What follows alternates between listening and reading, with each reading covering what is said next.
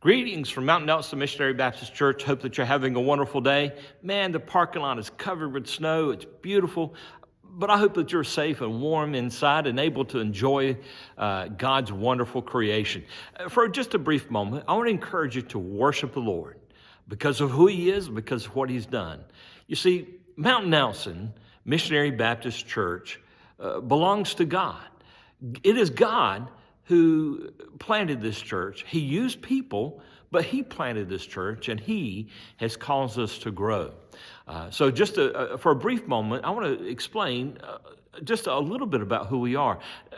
Mount Nelson.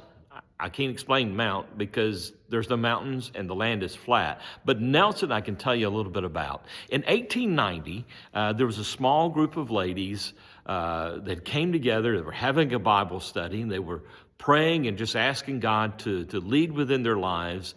Actually, we know very little, but we know they came together as a Bible study. By the way, if you live in Northeast Wayne County and are in this area and you have resources or access to information that could add to our knowledge of this, I'd greatly appreciate it. Contact me, let me know.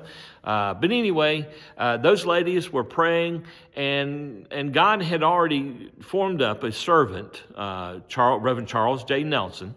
He was in Newbern. He came to what at that time was Waynesboro, which became Goldsboro, and he was a part of the founding of First Baptist Church, Goldsboro.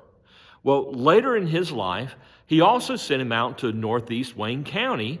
At that time, I believe it was called Saul's Crossroads, and he was a part of he became a part of that Bible study, and then in 1891, they covenanted together and formed the church's constitution and came together as in a covenant, and that was the beginning of the church in 1891.